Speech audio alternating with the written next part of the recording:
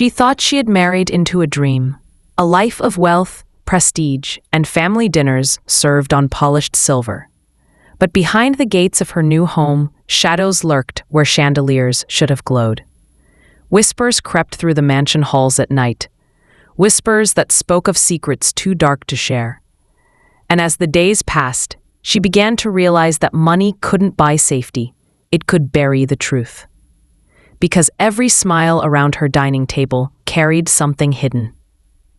And every locked door in that grand estate guarded a truth more dangerous than she could have ever imagined. So what happens when the fairy tale wedding becomes the opening chapter of a nightmare? This is the story of a woman who thought she had gained everything, only to discover that her new family's fortune was built on something no one was ever meant to uncover. And it begins not with love, but with silence. And the silence is where the truth hides. Now let's step back to where it all began. Don't miss out on the next chilling mystery.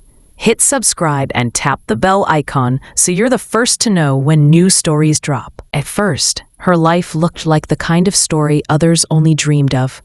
She wasn't born into wealth, but when she met Daniel, the charming heir of a powerful family, it seemed like destiny had chosen her. His smile carried both confidence and mystery, and his words painted a picture of a future where every door would open effortlessly. Their romance was swift, almost too perfect. Weekend getaways to estates she never thought she'd see. Expensive gifts wrapped in velvet boxes. Dinners beneath chandeliers that glittered like starlight. To her, it felt like stepping into a fairy tale written for someone else. But somehow, she had become the leading role. The wedding itself was nothing short of cinematic. Guests in black suits and designer gowns filled the cathedral, while the bride, nervous but glowing, walked the aisle as the world seemed to hold its breath. When she looked into Daniel's eyes, she thought she had found safety, devotion, and permanence. But not everything about the day felt pure. She remembered the way Daniel's mother, elegant in pearls, studied her with a smile that never reached her eyes. She remembered how the family patriarch barely spoke, only raising his glass with a distant, unreadable expression. The mansion she would now call home loomed even larger in person than she had imagined. Its iron gates stood like guards, its sprawling halls decorated with portraits of stern ancestors whose eyes seemed to follow her every step. In daylight, it was breathtaking. At night, it was suffocating. At first, she brushed it off as nerves, adjusting to a new life, a new family, a new world. Yet as the weeks went by, small details began to gnaw at her peace. The hushed conversations that fell silent the moment she entered the room. The locked doors she was told never to open, the late-night phone calls Daniel would take in another wing of the house, and most of all, the sense that the family was watching her, not with love, but with calculation. What had she truly married into? A dream or a prison made of gold? And though she didn't yet know it, the answer was already waiting in the shadows of that house. The deeper she sank into her new life, the more the glamour began to peel away. At first, it was just atmosphere. The house itself seemed to breathe differently when night fell. The long hallways whispered with drafts. The portraits of ancestors looked sharper under the glow of candlelight, and silence felt heavy, like something was listening. But then, the details began to sharpen. One evening, wandering through the west wing, she noticed something odd. A door at the end of the hall, sealed with a lock unlike the others. Heavy, rusted, and far too secure for a simple storage room. When she asked Daniel about it, he only smiled politely and changed the subject. His words carried no explanation, just dismissal. She tried to let it go, but the unease gnawed at her. The following week, she awoke in the middle of the night to faint sounds echoing through the mansion. Not voices, something else. A dragging sound, slow, relentless. She followed it barefoot down the hall, heart pounding, until the noise vanished in front of that same locked door.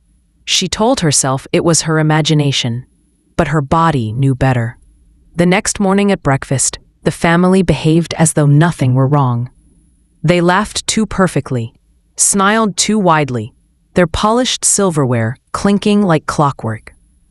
Yet she noticed the patriarch's hand tremble slightly as he poured his tea. And she noticed how Daniel's mother watched her with sharp eyes that caught every flicker of doubt on her face. Still, she stayed. She had nowhere else to go. But the mansion would not let her rest. Another night, she slipped from her bed and followed the faint glow of candlelight down a back stairwell she had never used before. There, deep in the basement, she discovered a corridor lined with doors, each marked with a number, each one locked. The air was colder here, damp with something unspoken. She pressed her ear to one door, and her blood ran cold, because on the other side, she heard movement. Soft, deliberate, unmistakably human. Panic surged through her chest. She stumbled back upstairs, but when she returned to her room, Daniel was already waiting for her. He didn't ask where she had been. He didn't need to. His silence was answer enough. From that night forward, she began to feel trapped. The gates of the estate, once welcoming, now looked like bars of a prison. Guards she had never noticed before seemed to patrol the grounds at night. And whenever she walked alone through the mansion, she felt eyes following her, even in empty rooms. It was the smiles that haunted her most. At dinners, the family would toast her happiness, but their grins stretched too far, their eyes too calm. It was as though they were waiting for her to discover something, or for something to happen to her. One evening, when Daniel was away on business, she ventured back to the basement. This time, she carried a candle and her resolve. The numbered doors stood in silence, but one, number 7, was slightly ajar. With shaking hands, she pushed it open. The air inside was stale, suffocating. The walls were bare concrete, the floor damp, and in the corner lay a single wooden chair, chained to the ground, a chain that had been broken. She stepped closer, and her candlelight revealed something carved into the wall. A single word, scratched again and again into the stone, until the letters bled into one another. Help. She dropped the candle, a flame sputtering dangerously before she caught it again. Her hands trembled. Her breath turned shallow. Whoever had been here hadn't just been locked away. They had begged, over and over, for release. Before she could flee, she heard footsteps, slow, deliberate, descending the stairs. She blew out the candle and pressed herself against the wall, heart racing. The steps stopped just outside the door.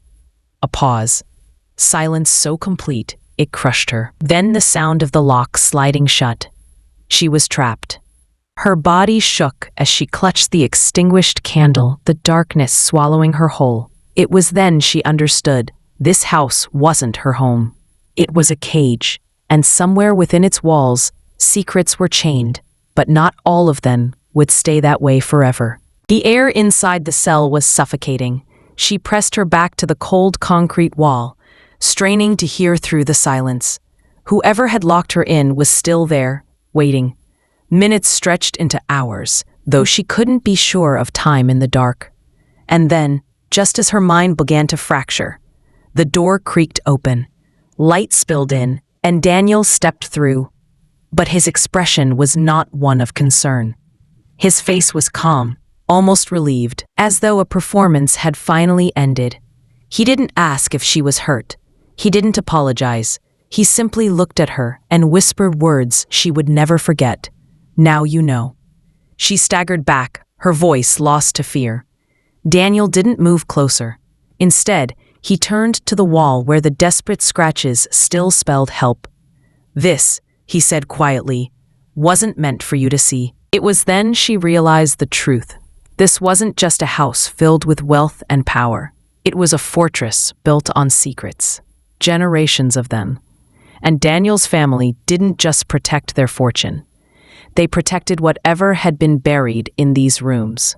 She demanded to know what had happened here. But his silence told her everything. The locked doors, the whispers, the guards on the grounds, they weren't for keeping people out. They were for keeping someone, or something, in. And now, she had joined the list of those who knew too much. Her marriage wasn't an escape into luxury. It was an initiation. And the price of knowing their secret was survival. From that night on, she was no longer a guest in the mansion. She was a prisoner in plain sight. Days blurred into nights, each one heavier than the last. The family spoke to her kindly, but every word was lined with menace. They no longer pretended she was just Daniel's wife. Now, she was part of their secret, whether she wanted to be or not. Sometimes, she would wander the halls and feel the weight of the house pressing against her. Every locked door whispered the same warning, "You're not supposed to be here." And yet, she stayed, because leaving wasn't an option. Daniel no longer bothered to hide his dual nature. In public, he was the charming heir, the perfect husband. But behind the gates, his mask slipped. His eyes carried the coldness of a man who had grown up with darkness, who knew how to live with it, and who expected her to do the same. One evening, she overheard the patriarch speaking in hushed tones to a visitor. Only fragments of the conversation reached her, but they were enough. The family survives because the secret survives, and those who know it must stay. She finally understood the legacy she had married into. Their wealth wasn't just inherited. It was protected by silence, guarded by fear, and preserved by binding everyone who stumbled too close. The mansion's gates were no longer symbols of power. They were boundaries she could never cross again. And yet, she couldn't stop asking herself, was she the only one trapped here? How many others had carved their pleas for help into the walls before being erased from history? She thought back to the wedding day, to the forced smiles, to the mother's watchful eyes. Now it all made sense. She hadn't been welcomed into the family. She had been absorbed into it, like all the others before her. So when she looked into the mirror each morning, she no longer saw the woman who had walked down that cathedral aisle in white. She saw someone else, someone who carried the burden of secrets too dangerous to speak. And perhaps that was their true design, not to silence her by force, but to bind her with fear until silence became her only option. The fairy tale ending was gone. All that remained was the haunting reality. She hadn't escaped her old life. She had walked into something much worse. So I ask you, what's more terrifying? To stumble into a nightmare you never expected, or to realize that the nightmare was disguised as a dream all along? With that said, thanks for watching, and until next time.